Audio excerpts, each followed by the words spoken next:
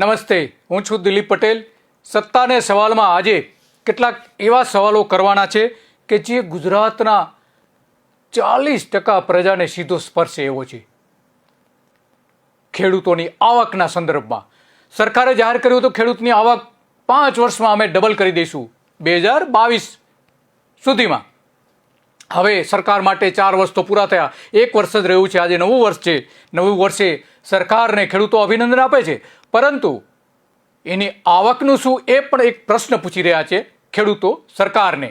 એટલા માટે આજે જે સવાલો છે, સરકાર સામેના ઘણા બધા સવાલો ઊભા થઈ રહ્યા છે કે ખેડૂતોની આવક ખરેખર કેટલી છે, 4 વર્ષમાં કેટલી વધી છે, 5 વર્ષમાં ડબલ થઈ શકે એમ છે કે કેમ, અને વાસ્તવિકતા શું છે, સરકારે ખરેખર શું કરવું જોઈએ, એવા સવાલો પણ ખેડૂતો પૂછી રહ્યા છે. ખેડૂતો પોતાના અનુભવો પણ જણાવી રહ્યા છે. 20 વર્ષમાં ખેડૂતોની આવક 2 ગણી ન થઈ શકી એની ત્યારે 5 વર્ષમાં કઈ રીતે થઈ શકે, એ સૌથી મોટો સવાલ ખેડૂતો પૂછી રહ્યા છે. જો કે નરેન્દ્ર મોદીએ ગુજરાતમાં ખેડૂતો માટે ઘણા સારા કામો કર્યા છે, ઘણા બધા સારા કામ કર્યા છે. ખેડૂતોને ઘણી મદદ પણ કરી છે. દર મહિને અત્યારે વડાપ્રધાન થયા પછી દર મહિને અત્યારે ખેડૂતોને 666 રૂપિયા દર મહિને આપે છે. ખેડૂતોને બેંકમાં સીધા જમા કરે છે. લગભગ એક ખેડૂતના એક જે સભ્યો છે, સભ્યના એક સભ્ય દીઠ લગભગ 100 રૂપિયા જેવી આવક દર મહિને આપે છે. 100 રૂપિયા સરકાર દ્વારા, વડાપ્રધાન નરેન્દ્ર મોદી દ્વારા, એની સરકાર દ્વારા 6 કૃષિ યુનિવર્સિટીઓ પણ બનાવી, અલગ અલગ પ્રકારની 6 કૃષિ યુનિવર્સિટી પશુપાલન સાથેની. કૃષિ વિજ્ઞાનીઓએ નવા બિયારણો શોધ્યા છે. આ એક સારામાં સારું કામ છે નરેન્દ્ર મોદી અને ત્યાર પછીની સરકારોનું. ઘણા બધા સારા બિયારણો શોધ્યા, જેના કારણે ખેડૂતોની આવક પણ વધી શકે એવી શક્યતાઓ પણ ઊભી થઈ છે. તેથી ખેડૂતોનું ઉત્પાદન પણ વધી શકે છે સારા બિયારણો આવવાના કારણે. ગુજરાતમાં મોદી રાજમાં 20 વર્ષમાં ખેડૂતોની આવક 2 ગણી કરવાની જાહેરાત કરી હતી, અને સોશિયલ મીડિયામાં આ રીતે કેમ્પેન પણ ચલાવવામાં આવતું હતું.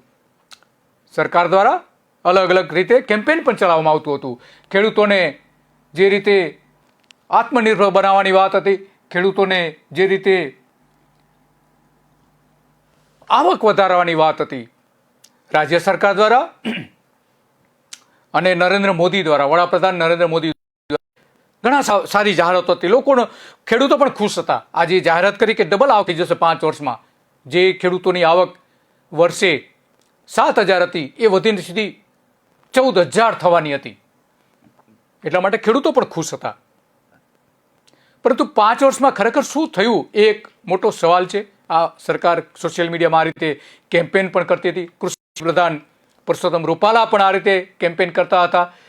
ગુજરાતના મુખ્યપ્રધાન પણ આ રીતે ખેડૂતોની 2 ગણી આવક કરવાની વાત કરતા હતા. ભારતીય જનતા પાર્ટી પણ આ રીતે વાત કરતી હતી કે ખેડૂતોની આવક અમે ડબલ કરી દઈશું. પ્રાકૃતિક કૃષિ સાંસ્કૃતિક યુનિવર્સિટીમાં પણ આ રીતે વધારો થશે એવું કહેવામાં આવ્યું હતું, અને ઘણી બધી રીતે પણ ટ્વિટર દ્વારા પણ કહેવામાં આવતું હતું. ભારતીય જનતા પાર્ટીના દ્વારા આ રીતે નરેન્દ્ર મોદીનું પણ કેમ્પેન કરવામાં આવતું હતું કે અમે 5 વર્ષમાં ખેડૂતોની ડબલ કરી દઈશું. સૌરભ પટેલ ત્યારે નાણાપ્રધાન હતા, ત્યારે પણ એમણે કહ્યું હતું. આ રીતે પરસોત્તમ રૂપાલા અને ઘણા બધા જે ભારતીય જનતા પાર્ટીના આગેવાનો છે, પ્રધાનો છે, મુખ્ય પ્રધાનો છે, એને આખા દેશમાં કેમ્પેન ચલાવ્યું હતું. તે ગુજરાતમાં પણ ચલાવ્યું હતું.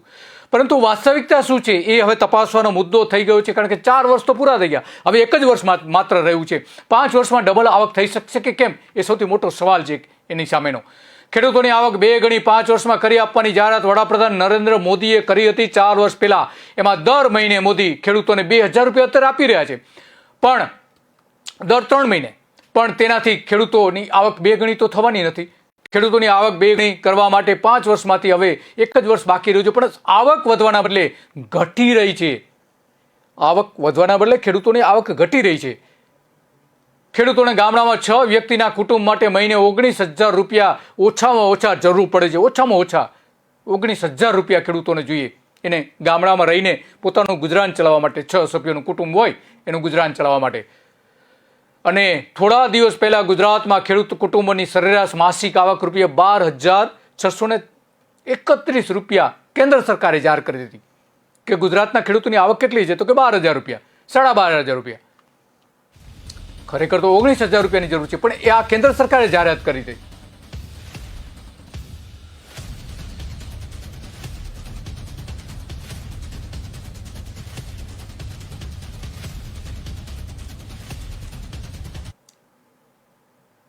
ખેડૂતોની આવક તો થાય છે 12,000ની જે જાહેરાત કરી હતી 12,500, પરંતુ ખરેખર વાસ્તવિક રીતે કેટલીક ખેડૂતોની આવક થાય છે એ સૌથી મોટો મહત્વનો મુદ્દો છે. કેન્દ્ર સરકારે જાહેર કર્યું હતું કે ગુજરાતના ખેડૂતોની સરેરાશ વાર્ષિક આવક 1.5 લાખ રૂપિયા છે.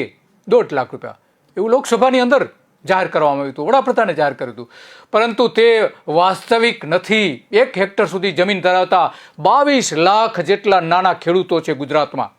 22 લાખ ખેડૂતો જેની પાસે માત્ર 1 હેક્ટર જમીન છે, માત્ર 1 હેક્ટર. તો એની આવક કેટલી હોઈ શકે? ખેડૂતોની આજે ખેડૂતોની 5,000 થી વધારે આવક ન થઈ શકે, 5 કે 7,000 વધીને, એનાથી વધારે કોઈ પણ સંજોગોમાં આવક ન થઈ શકે મહિને. ખેડૂતોની આવક ઓછી છે, ખેતી નાની થઈ રહી છે, અને નાના ખેડૂતોની આવક મહિને 5 થી 7,000 માંડ હશે એવું એક અનુમાન પણ વ્યક્ત કરવામાં આવે છે. જોકે ઘણા બધા ખેડૂતો પણ કહે છે કે એને ખેતીમાંથી જે આવક થાય છે માત્ર 5 થી 7,000 થાય છે. નાના ખેડૂતો, 1 હેક્ટર જમીન હોય એવા ખેડૂતો. અને ઘણા બધા ખેડૂતો તો એવું કહે છે કે ખેતીમાં એને દેવું કરવું પડે છે, લોન લેવી પડે છે. 32 લાખ ખેડૂતો એવા છે કે જેને લોન લીધી છે. 32 લાખ ખેડૂતો. જો એની આવક વધી હોય તો આ 32 લાખ ખેડૂતોએ લોન કેમ લીધી? એ સૌથી મોટો પ્રશ્ન આજે સરકાર સામે આવીને ઊભો છે. ગુજરાતમાં ખેડૂતોના કુટુંબની સરેરાશ માસિક આવક 12,631 રૂપિયા હોવાનું સરકારે જાહેર કર્યું હતું, એવું લોકસભામાં કહ્યું હતું. પરંતુ જે લઘુત્તમ વેતન જે છે, લઘુત્તમ વેતન લગભગ 400 રૂપિયાની આસપાસ લઘુત્તમ વેતન, કોઈ મજૂરી કામે જાય તો એને 400 રૂપિયા લઘુત્તમ વેતન મળવું જોઈએ, એવો નિયમ છે સરકારનો. ગુજરાતમાં જોકે ઓછું છે, પણ સરેરાશ ભારતમાં લગભગ આ પ્રકારનું અત્યારે જોવા મળે છે. તો એમાં આ 400 રૂપિયા પ્રમાણે ગણીએ તો પણ માત્ર 12,000 જ આવક થાય છે. ગુજરાતમાં 58 લાખ ખેડૂતો છે, જેમાં 1 હેક્ટરથી નીચે 22 લાખ ખેડૂતો છે. 1 હેક્ટર જમીન હોય, એનાથી નીચે જમીન હોય એવા 22 લાખ ખેડૂતો છે. તો આ ખેડૂતો પોતાનું ઘરનું ગુજરાન કઈ રીતે ચલાવી શકે? સૌથી મોટો સવાલ છે એમની, કારણ કે એમની પાસે માત્ર 12 લાખ હેક્ટર જ જમીન છે. એનો મતલબ એ થયો કે સરેરાશ 1.5 હેક્ટર જમીન હોય એવા 22 લાખ ખેડૂતો છે. સરેરાશ 1.5 હેક્ટર જમીન હોય એવા 22 લાખ ખેડૂતો છે. હવે 1.5 જો 1 હેક્ટરમાં પોતાનું ઘરનું ગુજરાન ન ચલાવી શકતું હોય તો આ 12 લાખ હેક્ટર જે છે એવા 22 લાખ ખેડૂતો કઈ રીતે પોતાનું 1.5 હેક્ટર જમીન કઈ રીતે પૂરું કરી શકશે? સૌથી મોટો સવાલ છે. 1 થી 2 હેક્ટર વચ્ચે 17 લાખ ખેડૂતો પાસે લગભગ 25 લાખ હેક્ટર જમીન છે. 2 હેક્ટર સુધી હોય, 1 થી 2 હેક્ટર સુધી હોય એવા 17 લાખ ખેડૂતો છે. એ કંઈક અંશે પોતાનું ઘરનું ગુજરાન એના ઉપર ચલાવી શકે 2 હેક્ટર સુધીની જમીન હોય તો. અને આવી લગભગ 25 લાખ હેક્ટર છે જમીન છે, 25 લાખ હેક્ટર જમીન છે. એનો મતલબ એ થયો લગભગ 1.5 લાખ હેક્ટર જમીન એક ખેડૂત પાસે હોય એવા 17 લાખ ખેડૂતો છે. તો એમને પણ માંડ પોતાનું ઘર ચલાવી શકે, એ પણ સારું ચોમાસું હોય તો, અને સિંચાઈની સુવિધા હોય તો જ ચલાવી શકે, બાકી નહીં. માત્ર ચોમાસું આધારિત ખેતી હોય અને વારંવાર દુષ્કાળ પડતો, ઓછો વરસાદ પડતો હોય, રોગચાળાઓ આવી જતા હોય તો એમાં એ પોતાનું ગુજરાન ન ચલાવી શકે. 2 થી 4 હેક્ટર વચ્ચે 11 લાખ ખેડૂતો પાસે 33 લાખ હેક્ટર જમીન છે. એ હજુ પોતાનું આવક સારી કહી શકે છે. જે સરકાર ધારે છે એ આ કેટેગરીમાં આવી શકે છે. 2001 પછી વર્ષે 5% ખેડૂતોની જમીન ઘટી રહી છે. 2001 પછી એટલે કે જ્યારથી નરેન્દ્ર મોદીની સરકાર આવી છે ત્યારથી દર વર્ષે ખેડૂતોની જે જમીન ઘટી રહી છે, ખેડૂતો પાસેની જે સરેરાશ જમીન હોવી જોઈએ એમાં જે ઘટાડો થઈ રહ્યો છે એ લગભગ 5% જેટલો ઘટાડો થઈ રહ્યો છે. 10 થી વધુ હેક્ટર જમીન હોય એટલે કે જેને શ્રીમંત વર્ગમાં મૂકી શકાય એવા લગભગ 30,000 ખેડૂતો છે કે જે 10 હેક્ટરથી વધારે જમીન છે, કે જે સારા ખેડૂતો છે, શ્રીમંત ખેડૂતો છે, પૈસાદાર ખેડૂતો છે. એવા 30,000 જ ખેડૂતો માત્ર છે. એક જિલ્લામાં 1,000 ખેડૂતો માંડ થયા, એક જિલ્લામાં 1,000 ખેડૂતો. અને એમની પાસે જમીન કેટલી છે? લગભગ 3 લાખ હેક્ટર જમીન છે. 3 લાખ એટલે કે સરેરાશ 10,000 હેક્ટર જમીન આ 30,000 ખેડૂતો પાસે છે. એમની આવક સારી હોઈ શકે છે, પરંતુ બાકીના ખેડૂતોની આવક સરકાર ધારે છે એટલી નથી. મધ્યમ ખેડૂતો દર વર્ષે 1%ના દરે ઘટી રહ્યા છે. મધ્યમ ખેડૂતો છે દર વર્ષે 1% દરે જે ઘટી રહ્યા છે ગુજરાતમાં, દર વર્ષે 1% ઘટે છે. ગુજરાતમાં મોદી મુખ્યપ્રધાન બન્યા ત્યારથી 2001માં 6 લાખ ખેતરો અડધા હેક્ટરના હતા.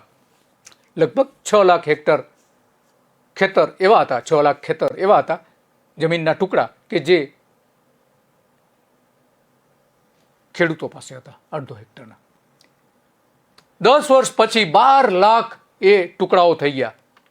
10 વર્ષ પછી 12 લાખ વધીને થઈ ગયા, ડબલ થઈ ગયા. 2020માં તે વધીને 15 લાખથી પણ વધુ હોઈ શકે છે. ભાજપના રાજમાં નાની જમીનોમાં 300%નો વધારો થયો છે. ભારતીય જનતા પાર્ટીનું જ્યારથી શાસન આવ્યું છે ત્યારથી નાની જમીનમાં જે વધારો થયો છે એ 300%નો વધારો છે. નાના ટુકડાઓ થઈ ગયા હોય એવા 300%નો વધારો થયો છે. એક ખેતર હતું એના 3 ભાગ થયા છે. તો પછી આ ખેડૂતો કઈ રીતે પોતાનું પૂરું કરી શકતા હશે? સૌથી મોટો સવાલ છે. સરકારે આ અંગે વિચારવું જોઈએ. 2 હેક્ટર જમીનના 40 લાખ ખેતરો છે. 2 હેક્ટર સુધીની જે જમીન હોય એવા 40 લાખ ખેતરો છે. 3 વીઘા હોય એટલે 1 હેક્ટર ગણી શકાય. 17 લાખ ખેતર મજૂરોમાં વધારો થયો છે. આ સમય દરમિયાન 17 લાખ જેટલા મજૂરો વધી ગયા છે. એ શા માટે વધ્યા છે? એ સૌથી મોટો સવાલ છે.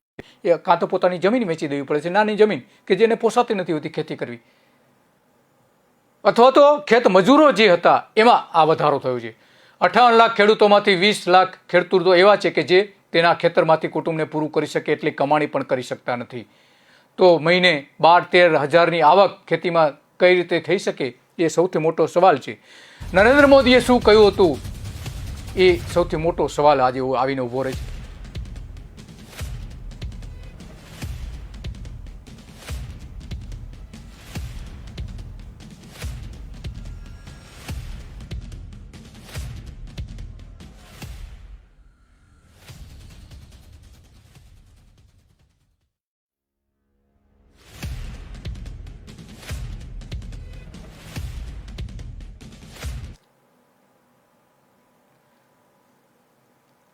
સરકારે શું જાહેરાત કરી હતી? નરેન્દ્ર મોદીએ કયા પ્રકારની જાહેરાત કરી એ આપણે જોઈએ. અગાઉ જે જાહેરાત કરી હતી કે ખેડૂતની આવક કઈ રીતે વધશે, પછી મુખ્યપ્રધાન વિજય રૂપાણીએ મોરબીમાં જે કહ્યું હતું એ અગાઉ જે કહ્યું હતું એ આપણે સાંભળીએ કે બંને ખેડૂતો માટે શું કહી રહ્યા છે.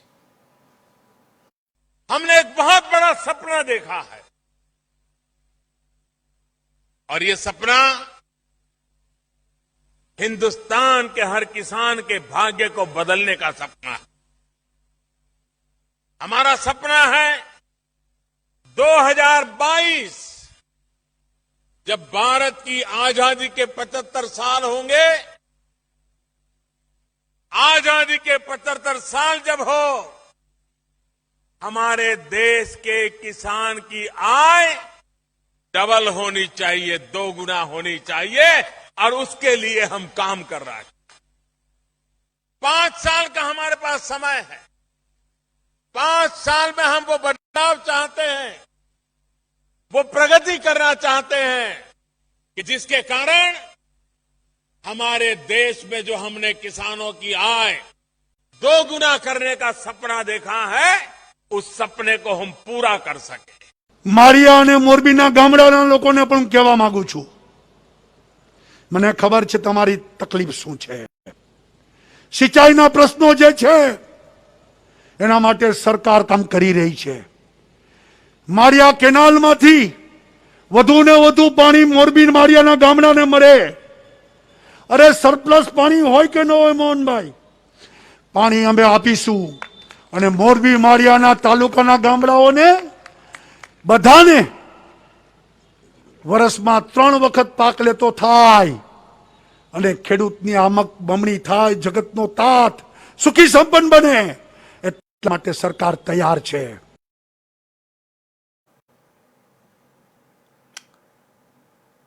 દેશના વડાપ્રધાન અને ગુજરાતના પૂર્વ મુખ્યપ્રધાન વિજય રૂપાણી બંને ખેડૂતો માટે ઘણી સારી વાત કહી રહ્યા છે કે ખેડૂતો માટે શું કરવા માગે છે એ આખી વાત કરે છે. એના આધારે એને પ્લાનિંગ પણ કર્યું હતું, ખેડૂતોની આવક કઈ રીતે ડબલ કરવી એ પણ કરી હતી અને ખેડૂતોને શું શું પ્રકારની મદદ કરી શકાય એમ છે એ પણ વાત કરે છે. જોકે સરકારના ઈરાદાઓ સારા હતા, પરંતુ ઈરાદાઓ સારા હોવાથી એની આવક વધી જાય છે એવું માનવાનું કોઈ કારણ નથી. ભાજપની સરકાર છેલ્લા 28 વર્ષથી સળંગ ગુજરાતમાં શાસન કરે છે.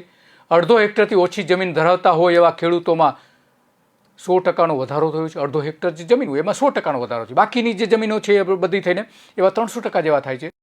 જ્યારે નરેન્દ્ર મોદી મુખ્યપ્રધાન બન્યા ત્યારે 2001માં અડધો હેક્ટર જમીનથી ઓછી ધરાવતા હોય જમીન એવા ખેડૂતોની સંખ્યા 5.95 લાખ એટલે કે લગભગ 6 લાખની આસપાસ હતા, જે 2010માં એટલે કે 10 વર્ષ પછી 2010માં વધીને 9.31 લાખ થઈ ગયા હતા.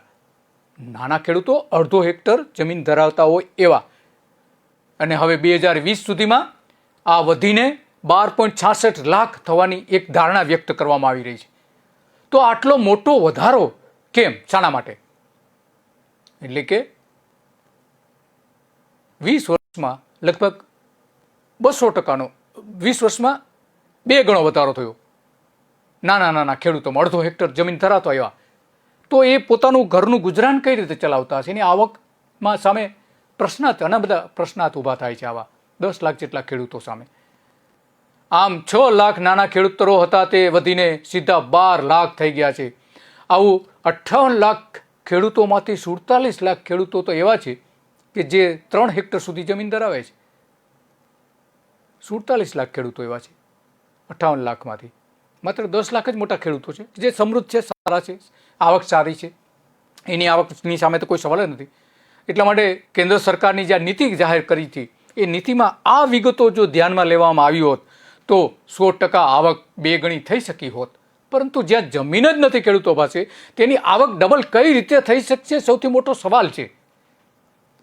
કેન્દ્રની મોદી સરકારના ઈરાદાઓ સારા હતા, સારી યોજનાઓ હતી, પરંતુ એનો જે પ્લાનિંગ હોવું જોઈએ, આયોજન હોવું જોઈએ, એ આયોજન બરાબર નહોતું. એટલો મતલબ એ થયો કે એના જે દાવાઓ હતા એ દાવાઓ જૂઠ્ઠા સાબિત થયા છે. મોદી ગુજરાતમાં જે જૂઠાણા ફેલાવતા હતા તે હવે દિલ્હી જઈને મોદી પોતાના કૃષિ પ્રધાન પરસોત્તમ રૂપાલા દ્વારા જૂઠાણાઓ પણ ફેલાવી રહ્યા છે. દેશમાં ખેડૂતોની મહિને આવકમાં ગુજરાતના ખેડૂતો 10મા ક્રમે છે. ગુજરાતના ખેડૂતો કરતાં 9 રાજ્યોના ખેડૂતોની આગળ છે એવું જાહેર કરે છે. પણ આંકડામાં કોઈ ગોલમાલ કરવામાં આવી હોય એવું લાગી રહ્યું છે. ગુજરાતમાં સમૃદ્ધ ખેડૂતોને ખેતીના ભાલે ગમે તેટલા સરકારી દાવા થતા હોય પણ ગુજરાતમાં ખેડૂતોની આવક વધવાના બદલે ઘટી રહી છે. જો ખેડૂતોની આવક વધારવી હોય તો ઉત્પાદન વધારવું પડે, સારા ભાવ આપવા પડે, સિંચાઈ માટે મોટા બંધ બનાવવા પડે, તો જ આવક વધી શકે છે. ઉત્પાદન વધારવામાં વિજ્ઞાનીઓ સફળ રહ્યા છે. આ એક સારામાં સારું કામ છે સરકારનું. વિજ્ઞાનીઓ સફળ રહ્યા છે. કૃષિ યુનિવર્સિટીઓને જે ગ્રાન્ટ આપી છે રાજ્ય સરકારે અને કેન્દ્ર સરકારે, એના કારણે નવા સંશોધનો થયા છે, નવા બિયારણો તો આવેલા છે બજારમાં, એના કારણે ઉત્પાદનમાં વધારો થયો છે. આ એક સરકારની સારી બાબત છે. ઉત્પાદનમાં નો ડાઉટ વધારો, પણ સામે ખર્ચમાં એટલો જ વધારો થયો છે. ભાવ વધારો અને નહેરની સિંચાઈ વધારવા માટે સરકારે કરવું જોઈએ એ નથી થયું. આ એક ગંભીર પ્રશ્ન સામે આવીને ઊભો રહે છે. નર્મદા યોજના ખરા અર્થમાં ગુજરાતની જીવાદોરી હતી પણ તે બની શકી નથી, જીવાદોરી નથી બની શકી. આ એક આંચકારૂપ ઘટના છે ગુજરાત માટે. એની સામે સરકારે એવા દાવા કર્યા હતા. નરેન્દ્ર મોદીએ જ્યારે ગુજરાતના મુખ્યપ્રધાન હતા ત્યારે મનમોહનસિંહને એવું કહ્યું હતું કે જે સિંધુ નદી કચ્છમાં, પાકિસ્તાનમાં જે વહી રહી છે એનું પાણી સિંધુ નદી કચ્છમાં લાવવું જોઈએ એવો કરાર થયો હતો. એ કરારનો અમલ કરો એવી માંગણી કરી હતી મનમોહનસિંહ સરકાર સામે. કચ્છમાં લાવવાના હતા પરંતુ એમણે એ લાવી શક્યા નથી. કલ્પસર યોજના બનાવવાની હતી, એ બની શકી નથી. નર્મદા નહેરથી 21 નદીઓના પાણી નાખવાના હતા, નથી નાખી શકાયા. ઉત્તર ગુજરાતમાં 5000 તળાવો દર વર્ષે વારંવાર ભરવાના હતા, હવે નથી ભરાતા. તાપી નર્મદા લિંક યોજના બનાવવાની હતી, ન બની શકી. બોરવેલ પાછળ 3000 મેગાવોટ વીજળી વપરાય છે. આટલા મોટા પ્રમાણમાં બોરવેલ હોય પણ બોર 2 ગણા થઈ રહ્યા છે. સુજલામ સુફલામ નહેર બનાવવી હતી પરંતુ સિંચાઈમાં અત્યારે તો થતી નથી, માત્ર એક રિચાર્જ કેનલ તરીકે જ કામ કરી રહી છે. ગુજરાત સમયના મોટા બંધો બન્યા પણ ભાજપ સમયમાં એક પણ નવો મોટો બંધ નથી બની શક્યો. 2010માં નર્મદા નહેરનું કામ પૂરું કરવાનું હતું, નથી થઈ શક્યું આજ સુધી. નર્મદાના રાજ્યના મુખ્યપ્રધાન નરેન્દ્ર મોદી હતા ત્યારે રાજ્યની સ્થાપનાના 50 વર્ષની જે ઉજવણી કરી હતી 2010માં, ત્યારે એમણે કહ્યું હતું કે સરદાર સરોવર ડેમનું જે બંધ છે એ અમે 2010 સુધીમાં પૂરું કરી દઈશું અને ગોલ્ડન ગોલ હાંસલ કરવાનું વચન પણ આપ્યું હતું નરેન્દ્ર મોદીએ. ગુજરાત રાજ્યની સ્થાપનાના 60 વર્ષે હજુ નર્મદા યોજના અધૂરી રહી છે. નર્મદાના નામથી મધલાડ પીરસવામાં આવી રહી છે, પણ રાજ કરતા રહ્યા છે અને નર્મદાના નામે રાજ કરતા રહ્યા છે અને લોકો રાહ જોતા રહ્યા છે. હવે શું? આ એક સૌથી મોટો સવાલ છે. આ અંગેનો જે નહેરો ઉપરનો જે એક અહેવાલ છે એ અહેવાલ આપણે સાંભળીએ.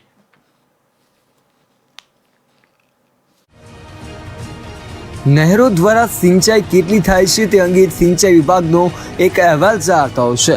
ખેતીનો વિકાસ ત્યારે થાય છે જ્યારે ખેતરોમાં નહેરો દ્વારા પાણી પહોંચાડવામાં આવે તો જ ખેડૂતોની આવક 2 ગણી થઈ શકે છે. કેશુભાઈ પટેલની સરકાર હતી ત્યારે નહેરથી સિંચાઈ 7.80 લાખ હેક્ટરમાં થતી હતી. નરેન્દ્ર મોદી મુખ્યપ્રધાન બન્યા ત્યારે 2002 અને 3માં 4.19 લાખ હેક્ટરમાં નહેરથી સિંચાઈ થતી હતી. નરેન્દ્ર મોદી વડાપ્રધાન બન્યા ત્યારે 2014-15માં 12.11 લાખ હેક્ટરમાં નહેરથી સિંચાઈ ગુજરાતમાં થતી હતી. આનંદીબેન પટેલના સમયમાં 17 લાખ હેક્ટરમાં સિંચાઈ નહેરથી થવા લાગી હતી. તેનો સીધો મતલબ કે અગાઉના તમામ મુખ્યપ્રધાનોમાં આનંદીબેન પટેલના સમયમાં નહેરથી સિંચાઈ વધી હતી. 2018માં 18 લાખ અને 2020માં 20 લાખ હેક્ટર સિંચાઈ થતી હોવાનો અંદાજ છે. આમ જ્યારે નર્મદા નહેર ન હતી ત્યારે 8 લાખ હેક્ટર સિંચાઈ નહેરોથી થતી હતી, જેમાં બીજા બંધોથી સિંચાઈ વધી છે તે 5 લાખ હેક્ટર માનવામાં આવે છે. આમ નર્મદા નહેર સિવાયની 13 લાખ હેક્ટર સિંચાઈ થાય છે. નર્મદા નહેર દ્વારા 18 લાખ હેક્ટરમાં સિંચાઈ થવાની હતી, પણ હાલ 7 લાખ હેક્ટરમાં સિંચાઈ માટે નહેરોથી સિંચાઈ થતી હોવાનું કાગળ પર બતાવવામાં આવે છે. પણ ખરેખર ખેતરમાં નર્મદાનું પાણી 4 લાખ હેક્ટર સુધી જ પહોંચે છે. નહેરો સાફ ન થવી, નહેરો તૂટી જવી, નહેરોમાં પૂરતું પાણી ન આપવું, વચ્ચેથી પાણી ઉપાડી લેવાના કારણે નર્મદા નહેરથી માત્ર 4 લાખ હેક્ટરમાં સિંચાઈ થતી હોવાનું માની શકાય છે.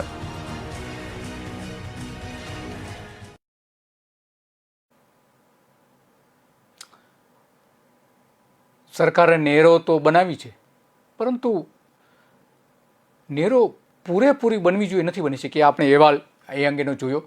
ખરેખર જો નહેરો બની હોત તો આજે ખેડૂતોની આવક છે, સરેરાશ આવક, ગુજરાતના ખેડૂતોની સરેરાશ આવક 2 ગણી ચોક્કસ થઈ શકી હોત. પરંતુ જે નહેરો બનવી જોઈએ નહેરો નથી બની શકી. આ જે નહેરો બની છે એમાં લગભગ દર વર્ષે 200 જેટલી સ્થળોએ નહેરો કાં તૂટે છે, એમાં ખરાબી આવી જાય છે. એ પ્રકારનું થઈ રહ્યું છે અત્યારે. એ શું બતાવે છે? સિંચાઈની પાઇપલાઇન નાખવાનું કામ 10 વર્ષથી થઈ રહ્યું છે, હજુ પૂરું નથી થયું. સિંચાઈ માટે જે નાખવાની પાઇપલાઇન નાખવાની હતી ખેતરો સુધી લઈ જવા માટે, નથી થયું હજુ સુધી. 2012થી શરૂ થયેલી સૌની યોજના, સૌરાષ્ટ્ર માટેની જે યોજના હતી, પણ હજુ સુધી દર વર્ષે બંધ ભરાતા નથી પૂરેપૂરા, તળાવ પણ નથી ભરાતા. 10 લાખ એકરમાં સિંચાઈ થવાની નથી આના કારણે. સૌની યોજનાથી 1 એકરમાં પણ સિંચાઈ નથી થતી. 1 એકરમાં જો એ થયું હોત તો આવક, સૌરાષ્ટ્રના ખેડૂતોની આવક ડબલ થઈ શકી હોત. 20,000 કરોડ એની પાછળના ખર્ચા ગયા સૌની યોજના પાછળ અત્યાર સુધીમાં. 20,000 કરોડ રૂપિયા ખર્ચી નાખી. એનું વળતર શું? કશું જ નહીં. કેટલાક ડેમો ભરાય છે, બસ એટલા પૂરતું. 230 કિલોમીટર લંબાઈની આ સૌની યોજના હતી. એમાં પાઇપલાઇન નાખીને નર્મદાની જે નહેર છે એમાંથી ચોમાસા દરમિયાન એ પાણી લિફ્ટ કરીને મોટર દ્વારા ઊંચકીને લઈ જવાની હતી સૌરાષ્ટ્રમાં.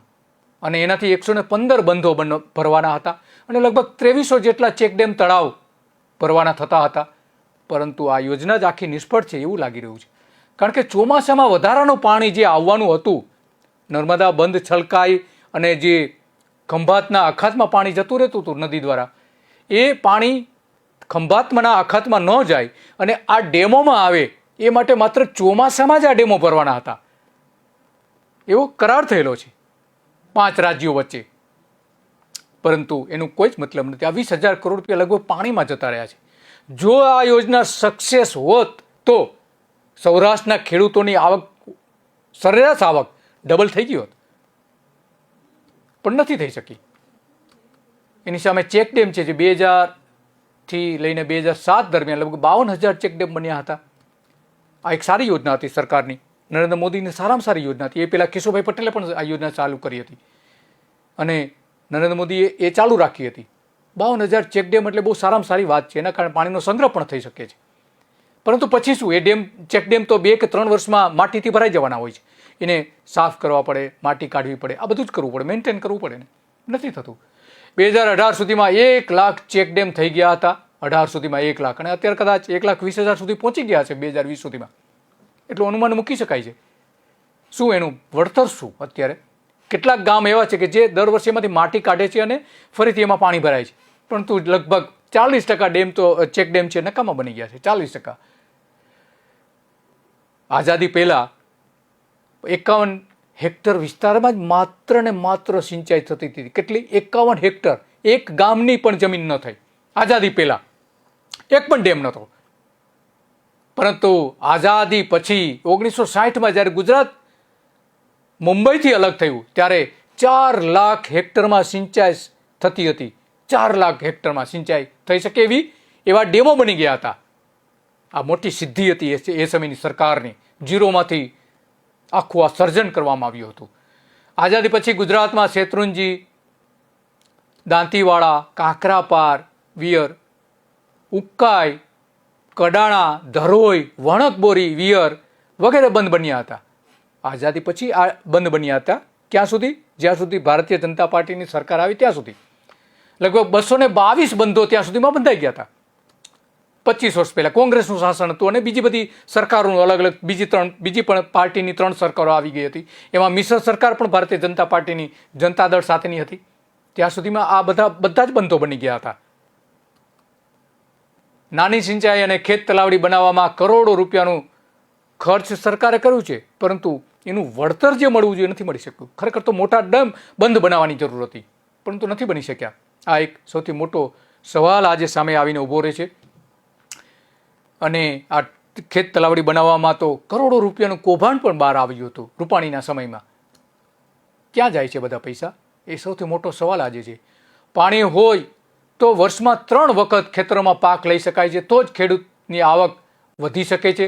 મોટા ભાગે ખેડૂતો હવે ડેમની સિંચાઈથી 1 વખત માંડ પાક લઈ શકે છે. જ્યાં ડેમ દ્વારા સિંચાઈ થાય છે એવા લગભગ 30 લાખ હેક્ટરની આસપાસ છે. 1 વખત માંડ લઈ શકાય છે. તો આવક કઈ રીતે વધી શકે? એ સૌથી મોટો સવાલ છે. નહેરો જે નથી બની નર્મદાની, એ સૌથી મોટો પ્રશ્ન આજે સામે આવીને ઊભો છે.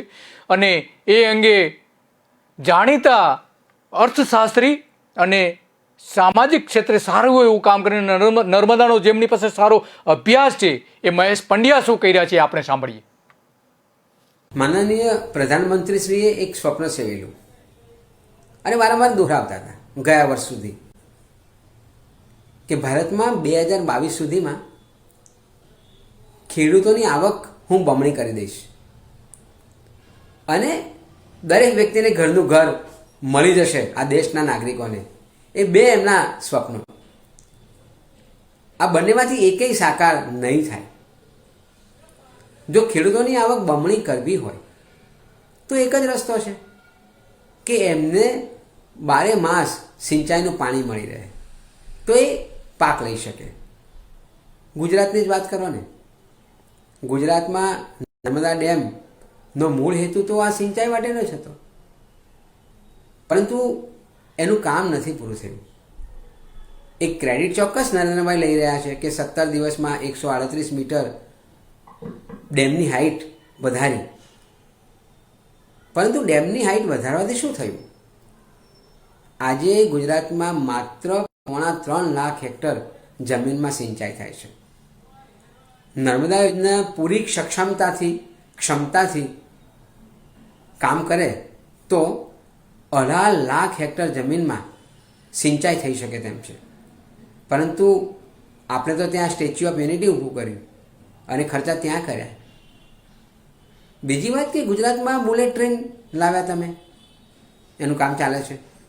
બુલેટ ટ્રેન બહુ સારી વસ્તુ છે, પણ એ આજની જરૂરિયાત નથી, એ 10 વર્ષ પછીની જરૂરિયાત છે. સેન્ટ્રલ વિસ્ટા પ્રોજેક્ટ ગમે ત્યારે તો કરવાનું જ હતું, પણ એ આજે અત્યારે કરવાની જરૂર નહોતી. એ પણ 10 વર્ષ પછીનો પ્રોગ્રામ હોઈ શકે. પરંતુ આવી મહત્વાકાંક્ષી લાઇટ હાઉસ પ્રોજેક્ટ્સ કરીને એક રાજા પોતાની તકતી મૂકવા માગે છે. અને એટલા માટે થઈને વિકાસના જે સાચા કામો છે કે જેમાં ખેડૂતોની આવક બમણી કરવાની હોય, કે દરેકને ઘરનું ઘર આપવાનું હોય, કે ગરીબોને આગળ લાવવાના હોય, એ કામો પાછા ધકેલાતા ગયા. અને એટલા માટે આ ઉત્સવપ્રિય રાજા અને તકતીપ્રિય રાજા જો ખરેખર પ્રજાલક્ષીએ વિકાસ કામોમાં ખર્ચા કરે તો આ એમના બંને સ્વપ્ન જે છે, ખેડૂતોની આવક બમણી કરવી 2022 સુધીમાં, જે હવે તો શક્ય નથી, અને ઘરનું ઘર તમામ ભારતના નાગરિકને મળી જાય તે એ સાકાર થઈ શકે. પરંતુ અત્યારે તો એવું લાગતું નથી કે આ બંને સ્વપ્ન 2030 સુધીમાં પણ સાકાર થાય. મહેશ પંડ્યા સ્પષ્ટપણે કહે છે કે 3.5 લાખ હેક્ટર વિસ્તારમાં જ નર્મદા બંધથી સિંચાઈ થઈ રહી છે, માત્ર ને માત્ર 3.5 લાખ હેક્ટરમાં. તો એ નર્મદા બંધ સફળ કઈ રીતે કહી શકાય, સૌથી મોટો સવાલ છે. નો ડાઉટ પીવાના પાણી માટે સારામાં સારું કામ સરકારે કર્યું છે નર્મદા બંધના આધારે. લગભગ ગુજરાતના 85% ગામડાઓને પીવાનું પાણી મળે છે, શહેરોને પાણી પીવાનું મળે છે, 112 જેટલા શહેરોને પીવાનું પાણી મળે છે નર્મદા યોજનાના કારણે. પરંતુ નર્મદા જે રીતે મહેશ પંડ્યા એવું કહે છે કે નર્મદા યોજના બનાવવાનો મૂળ હેતુ જે હતો એ સિંચાઈનો હેતુ હતો, પરંતુ ઉદ્યોગોને સૌથી વધારે પાણી મળી રહ્યું છે અત્યારે, પણ ખેડૂતોને નથી મળતું. માત્ર 3.5 લાખ હેક્ટર બતાવી રહ્યા છે મહેશ પંડ્યા. 18.5 લાખ હેક્ટરમાંથી માત્ર 3.5 લાખ હેક્ટરમાં સિંચાઈ થઈ રહી છે. 2 વખત સિંચાઈ કરવામાં આવતી હોય એવા કુલ બધા બંધ થઈને લગભગ 9.30 લાખ હેક્ટર છે, તમામ આવી જાય. સુરત આવી જાય, સુરતના જે તાપી નદી ઉપરના બંધો છે, સાબરમતી ઉપરના બંધો છે.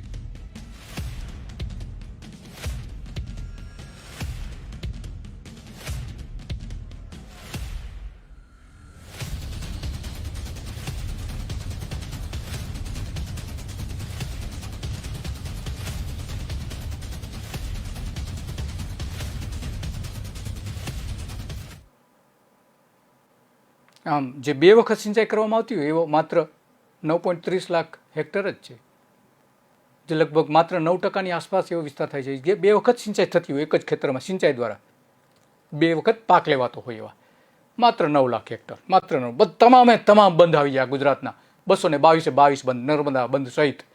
10 વર્ષમાં બોર અને કૂવામાં કેટલો વધારો થયો છે એ એની સામે જો જોવામાં આવે તો ખરેખર 10 વર્ષમાં છેલ્લા 10 વર્ષમાં 100% જેટલા બોર કૂવા વધી ગયા છે. 100%માં વધારો થયો, 100%નો વધારો થયો છે. આ સૌથી ગંભીર બાબત છે.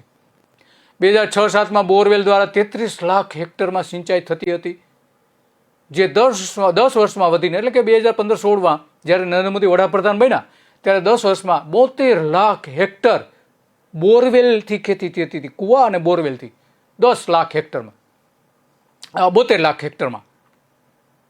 એનો મતલબ એ થયો કે લગભગ એમાં પણ 105%નો વધારો થયો હતો બોરવેલના આધારે. તો સરકારે શું કર્યું એ સૌથી મોટો સવાલ છે. જો ખેડૂતોએ જ પોતાના ખર્ચે બોર બનાવવાના હોય તો એમાં સરકારની મદદ શું?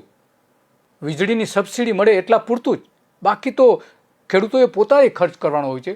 ઓઇલ એન્જિન બેસાડીને એનાથી ઓઇલ એન્જિનથી ખેતી કરવાની હોય છે, વીજળીથી સંચાલિત મોટરો હોય એનાથી ખેતી કરવાની હોય છે. આ 105%નો વધારો 10 વર્ષમાં થયો હતો. તો કઈ રીતે એમાં ખેડૂતોની આવક વધી શકે એ સવાલ છે મોટો. કારણ કે કૂવા અને બોરવેલ આટલા મોટા પ્રમાણમાં વધી શકતા હોય તો એમાં ખેડૂતોની પ્રગતિ નથી, સરકારની એમાં કોઈ સારી બાબત નથી સિવાય કે વીજળી આપવાની, વીજળીનું કનેક્શન આપવા પૂરતું.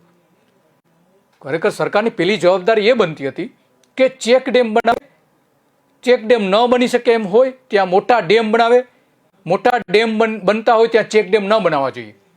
1996 પહેલાં 107 મોટા બંધો હતા. 1996 પહેલાં, એટલે કે ભારતીય જનતા પાર્ટીની કેશુભાઈની સરકાર આવી એ પહેલાં જે સૌથી મોટા બંધ કહી શકાય એવા કે જેમાંથી સીધી સિંચાઈ થતી હોય 107 આ મોટા બંધ હતા.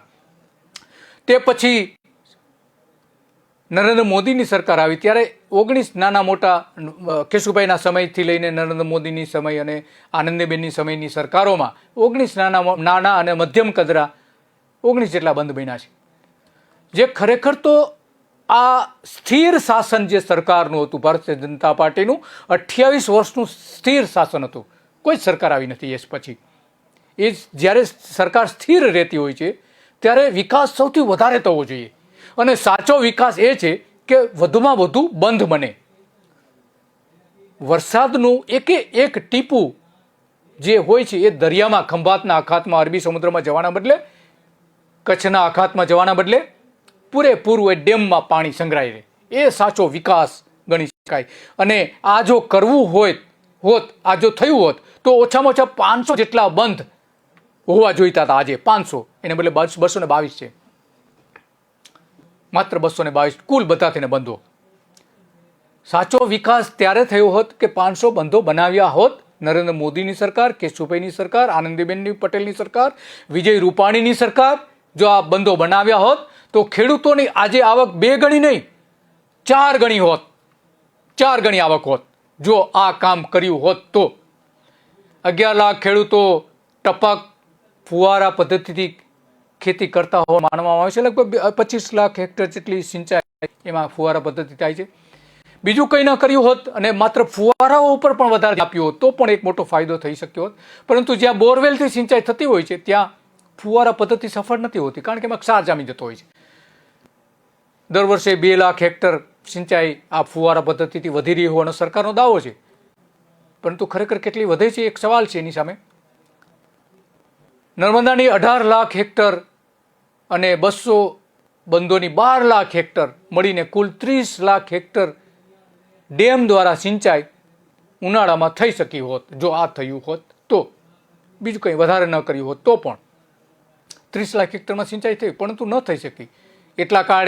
એના કારણે આવક 2 ગણી નથી થઈ શકી ખેડૂતોને. ખેતીમાં જમીનની અંદરનું વધારે પાણી જે વાપરવાના કારણે ઉત્તર ગુજરાત, ખાસ કરીને ઉત્તર ગુજરાતમાં વધારે પાણી વાપરે છે જમીનમાંથી બોર કરીને. એના કારણે પાટણ, વિસનગર, ભુજ, અંજારના લોકો આર્સેનિક ઝેરી પાણી પી રહ્યા છે. ઝેરી પાણી પી રહ્યા છે. આ જે પાટણ જે જિલ્લાઓ છે, કચ્છ, પાટણ અને વિસનગરની આસપાસના જે વિસ્તારો આર્સેનિક ઝેરી પાણી પી રહ્યા છે. કારણ કે પાણી ઊંડું જાય છે એના કારણે એ ઝેરી બને છે. વર્ષો જૂનું, હજારો વર્ષો જૂનું પાણી વાપરવાના કારણે. સમગ્ર દેશમાં ગુજરાતમાં ખારી જમીન સૌથી વધારે ઝડપથી વધી રહી છે. ખેતીમાં દર વર્ષે 10,000 કરોડનું નુકસાન આના કારણે થાય છે. આ ખારી જમીન વધી રહી છે એના કારણે દર વર્ષે 10,000 કરોડ રૂપિયાનું. જો સરકારે આ ખારી જમીન જે વધે છે એ અટકાવવામાં અને જે ખારી થઈ છે એને નવસાધ્ય કરીને ખેતી લાયક બનાવવામાં જો કામ કર્યું હોત તો આવક 2 ગણી થઈ હોત, પરંતુ નથી થઈ શકી. આ સૌથી મોટો સવાલ છે આજે. ખેત તલાવડીઓમાં રૂપાણી સરકારમાં જે કૌભાંડો થયા એ ખરેખર જો ડેમ પાછળ ખર્ચ કરવામાં આવ્યું હોત તો લેખે લાગ્યું હોત. આ કૌભાંડો ન થયા હોત. કરોડો રૂપિયા પ્રજાના અધિકારીઓ લૂંટી ગયા, રાજકારણીઓ લૂંટી ગયા, ભારતીય જનતા પાર્ટીના નેતાઓ લૂંટી ગયા, કોંગ્રેસના નેતાઓ પણ લૂંટી ગયા. ભાજપ 4 પગવાળો ભ્રષ્ટ ઉંદર સાબિત થયો છે. આ કૌભાંડોમાં 4 પગવાળો ભ્રષ્ટ ઉંદર સાબિત થયો છે, જે નર્મદા નહેરને પણ ખોદી નાખે છે. આવો આરોપ વિધાનસભામાં પણ થયો હતો. પછી કઈ રીતે આવકની ખેડૂત 2 ગણી થઈ શકે એ સૌથી મોટો સવાલ છે. નર્મદાના નામે ભાજપનું રાજકારણ જે રમાય છે એ રાજકારણ પણ ખરેખર બહુ ખરાબ રીતે રમવામાં આવે છે. નર્મદા યોજનામાં નરેન્દ્ર મોદીની નિષ્ફળતા એ તેની આવક 2 ગણી ન થઈ શકી. નરેન્દ્ર મોદીની સૌથી મોટી નિષ્ફળતા છે આમાં. આ અંગેનો જે એક અહેવાલ છે આપણે જોઈએ કે નહેરો અને બંધોમાં શું ખરેખર પરિસ્થિતિ છે એનો એક અહેવાલ પણ જોઈએ. નર્મદાની નહેરો 2016 સુધીમાં કેટલી બની તે અંગે હમણાં જ આંકડા વિભાગે એક અહેવાલ જાહેર કર્યો, જેમાં નર્મદાની કુલ નહેરો 71,748 કિલોમીટર લાંબી બનવાની થાય છે, જેમાં 2016 સુધીમાં 36,000 કિલોમીટર થઈ હતી. નર્મદા બંધનો સૌથી વધારે ફાયદો સુરેન્દ્રનગરને મળવાનો હતો, જ્યાં સૌથી વધુ નહેરો બનવાની હતી, જે 13,400 કિલોમીટર લાંબી નહેરો બનવાનું નક્કી થયું હતું. પણ ખરેખર બની છે 3800 કિલોમીટર સુધી. જ આ નર્મદાનો સૌથી વધારે જ્યાં ફાયદો મળવાનો હતો ત્યાં માંડ 30% નહેરો બની હતી. તેમાં પણ પાણી તો માત્ર 20% જ મળતું હતું. બીજા નંબર પર સૌથી વધારે નહેર જે વડોદરામાં બનવાની હતી, જ્યાં 89,000 કિલોમીટર બનવાની થતી હતી.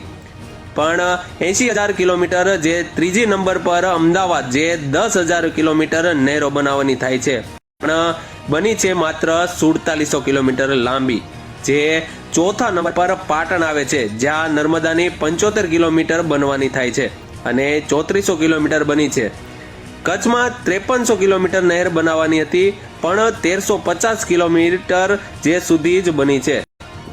મહેસાણાના 2500 માંથી 1300 કિલોમીટર બની છે અને મોરબીમાં 3600 કિલોમીટરની સામે 950 કિલોમીટર બની છે.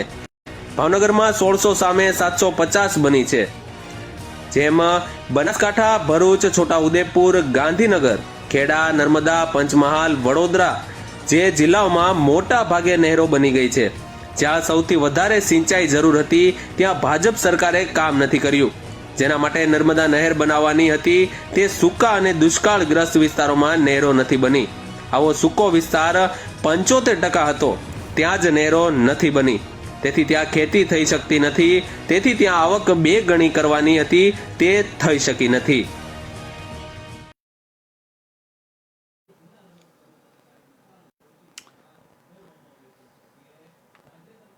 આ જે પાણી આવે છે નર્મદા બંધનું, એમાં એ પાણી સાબરમતી નદીમાં નાખીને સી પ્લેન પણ ઉડાડવામાં આવે છે.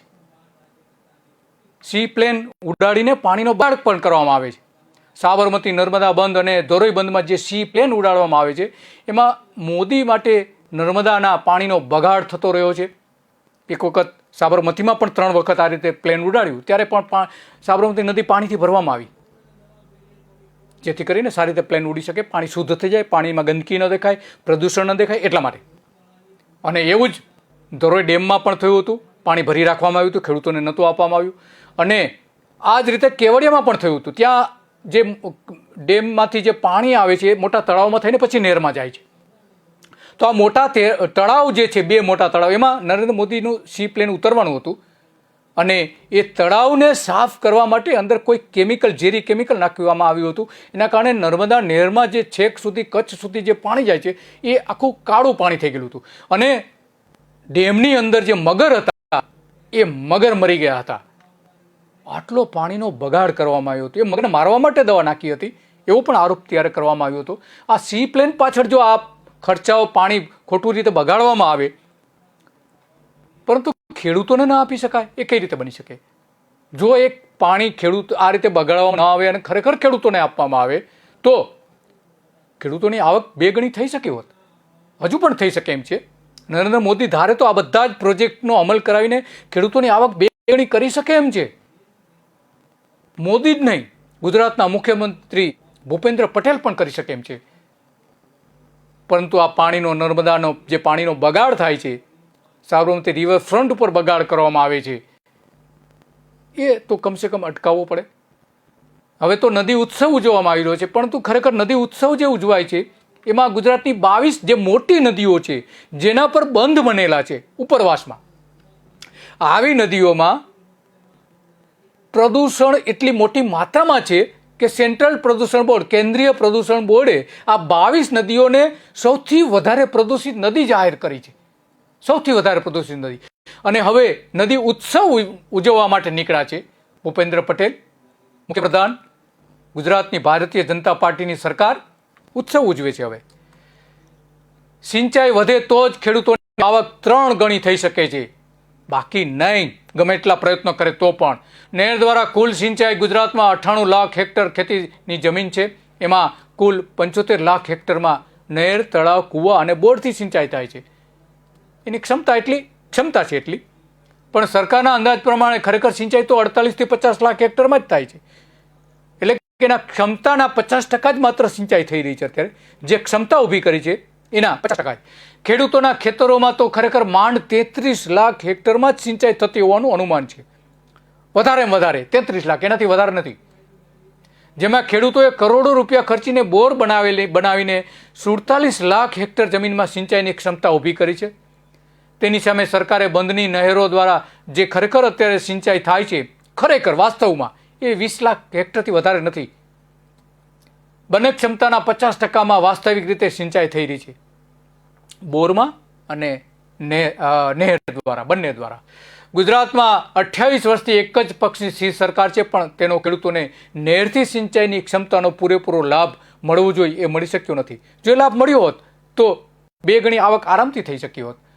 જો 5 વર્ષમાં 2 ગણી આવક મોદી કરવાનું કહેતા હોય તો ગુજરાતમાં 28 વર્ષથી ભારતીય જનતા પાર્ટીની સરકાર છે. 5 વર્ષમાં જો કહેતા હોય કે આ કરીશું અમે ડબલ આવક, તો 28 વર્ષથી ભારતીય જનતા પાર્ટીની સરકાર છે, ગુજરાતમાં સ્થિર સરકાર છે. તેની આવક 5 વર્ષમાં 2 ગણી આવક ગણવામાં આવે, 5 વર્ષમાં 2 ગણી ગણવામાં આવે તો 28 વર્ષમાં 32 ગણી આવક થઈ શકી હોત. અને તે હિસાબે દરેક ખેડૂતને 10,000ના બદલે 32 ગણા આવક થઈ શકી હોત. 10,000 એક ખેડૂત દીઠ જો આવક ગણવામાં આવે તો એના 32 ગણી આવક અત્યાર સુધીમાં થઈ શકી હોત. થઈ છે? નથી થઈ. શા માટે નથી થઈ? કારણ કે દરેક ખેડૂત જો આવક થઈ હોત તો દરેક ખેડૂત પાસે કાર હોત. 32 ગણી આવક થઈ હોત તો કાર હોત દરેક ખેડૂત પાસે. મોટા ખેડૂતો પાસે હેલિકોપ્ટર હોત, જે કે જેના દ્વારા ખેતી કરતા હોત અને હેલિકોપ્ટરમાં પણ આવતા જતા હોત. પરંતુ નથી થઈ શક્યું, સિંચાઈ જ નથી આપી તમે. દરેક પાસે ટ્રેક્ટર હોત, દરેક ખેડૂત પાસે ટ્રેક્ટર હોત. દરેક ખેડૂત પાસે ઓટોમેટિક સાધનો હોત, ખેતીના ઓટોમેટિક સાધનો હોત, મજૂરોને બિલકુલ જરૂર ના પડત. મોટા ખેડૂતો રોબોટથી ખેતી કરતા હોત. જે 30,000 મોટા ખેડૂતો છે એ રોબોટથી ખેતી કરતા હોત. આટલી જંગી આવક થઈ હોત જો નહેરો દ્વારા પૂરતી ક્ષમતા ઊભી કરવામાં આવી હોત અને 500 ડેમ હોત આજે તો આ શક્ય હતું. પરંતુ નથી કરી શક્યા. ખોટા રસ્તે રૂપિયા વેડફી નાખવામાં આવ્યા છે.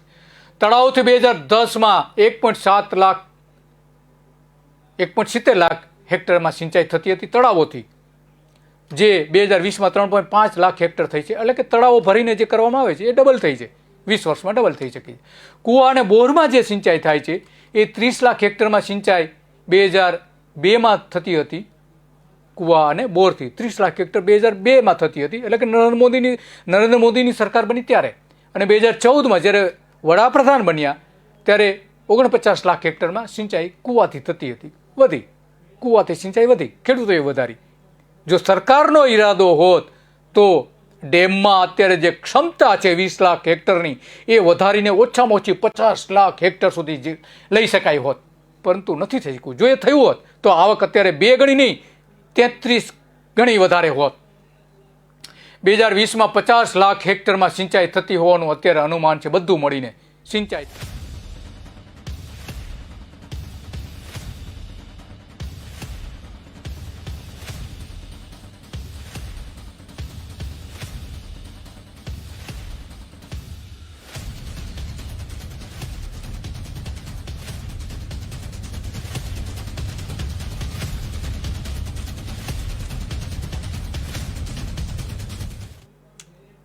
જો આ ગૌચર ગુમ ન થયા હોત તો પણ ખેતીની, ખેડૂતોની, માલધારીઓની, પશુપાલકોની આવક વધી હોત. સરવાળે ખેડૂતોની પણ આવક વધી હોત. પરંતુ 3 લાખ હેક્ટર જમીન ઓછી કરી નાખી છે અને 3,000 ગામ એવા છે કે જ્યાં બિલકુલ ગૌચર જ નથી રહેવા દેવામાં આવ્યું. 18,000 ગામમાંથી ગૌચરમાં પણ આવું થયું છે. નર્મદા નહેરમાં તો ઘણું બધું થયું જ છે આ રીતે.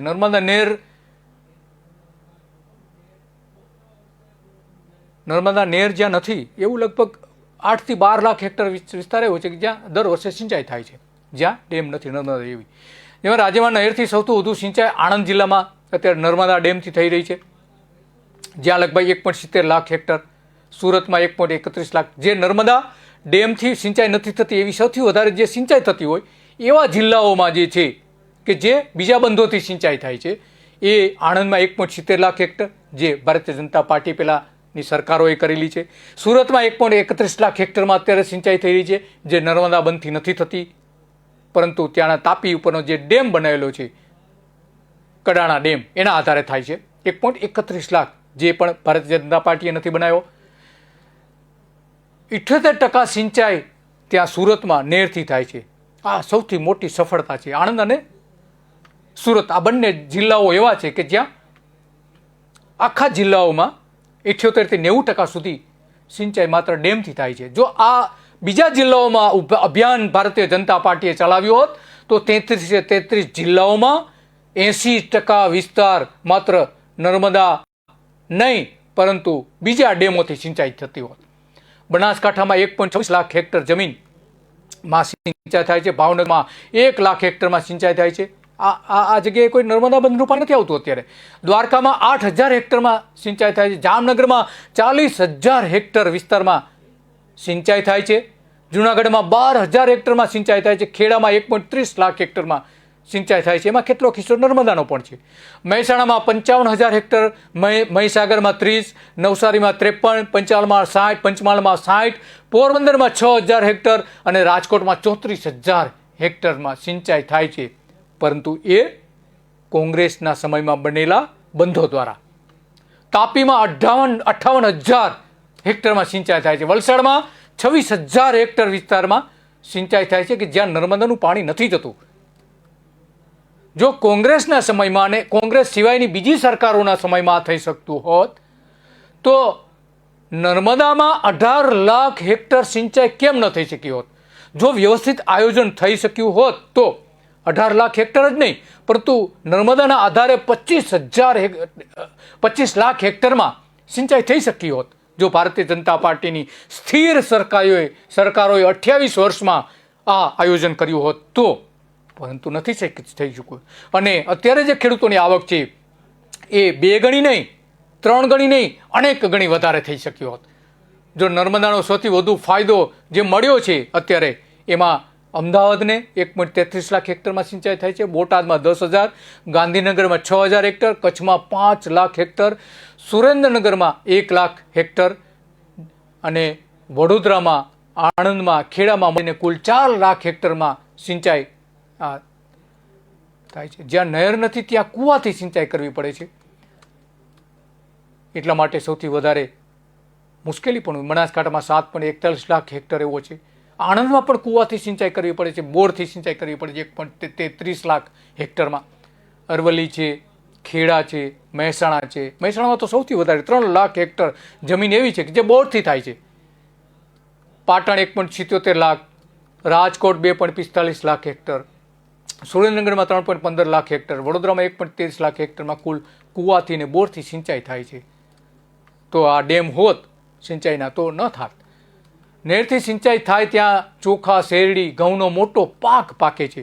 પરંતુ ગુજરાતમાં 20 વર્ષમાં બહુ મોટો ફાયદો આ પાકને નહેરોથી નથી થયો. ચોખા છે, ચોખા પણ જે થવા જોઈએ, વધવા જોઈએ. 2001-2માં જે ચોખાનું ઉત્પાદન હતું, વાવેતર હતું એ 4.30 લાખ હેક્ટરમાં હતું, જે 2020માં એટલે કે 20 વર્ષ પછી 6.50 લાખ થઈ શક્યું. માંડ 50 લાખ, 6.50 લાખ હેક્ટરમાં. એટલે કે 20 વર્ષમાં 2 લાખ હેક્ટરમાં જ વધારો થયો છે. જે ખરેખર નર્મદા યોજના જો શરૂ થઈ હોત 18 લાખ હેક્ટરમાં તો આ 6.50 લાખ હેક્ટર જે વિસ્તાર છે એ વધીને ઓછામાં ઓછો 12 લાખ હેક્ટર થઈ ગયો હોત. ઓછામાં ઓછો 12 લાખ હેક્ટર કે જ્યાં ચોખા પાકતા હોત, પરંતુ નથી થઈ શક્યું. જેમાં નર્મદા નહેરથી બહુ ફર પડ્યો નથી આ ઉત્પાદનમાં. એટલા કારણે ખેડૂતોની આવક નથી વધી. શેરડીમાં પણ એ જ હાલત છે. શેરડીમાં જે ઉત્પાદન થવું જોઈએ 2.86 લાખની એ વધવાના બદલે ઘટી ગયું છે. ફળાદીમાં પણ એવું થયું છે, એમાં પણ જે ઉત્પાદન વધવું જોઈએ નથી વધ્યું થયું. કુલ ખોરાકનો જે પાકનું વાવેતર થાય છે એમાં પણ એટલું નથી ઉત્પાદન વધી શક્યું જેટલું વધવું જોઈએ એ પ્રમાણે. એના કારણે આવક વધી નથી. બિન ખોરાકના જે પાકો છે, રોકડિયા પાકો જેને કહેવામાં આવે છે, કપાસ, મગફળી, એરંડા, ઈસબગુલ, એવા 37 લાખ હેક્ટરમાં સિંચાઈથી જો થઈ શકી હોત તો આવક ખેડૂતોની વધી હોત. નર્મદા નહેરથી કેટલી સિંચાઈ થાય છે તે અંગેનો આપણે તો એક અહેવાલ જોયો છે. આખી જે ઘટનાઓ બને છે એક પછી એક, એ સરકારે જો ખરેખર ધ્યાન રાખ્યું હોત તો આવક વધી હોત, પરંતુ એવું થઈ શક્યું નથી. સરકારે સૌથી મોટામાં મોટી જે ભૂલ છે એ મોટા ડેમ નથી બનાવ્યા. અને જે હયાત ડેમ હતા એની સિંચાઈ ક્ષમતા વધારવા માટેના થોડા પ્રયત્નો થયા હતા.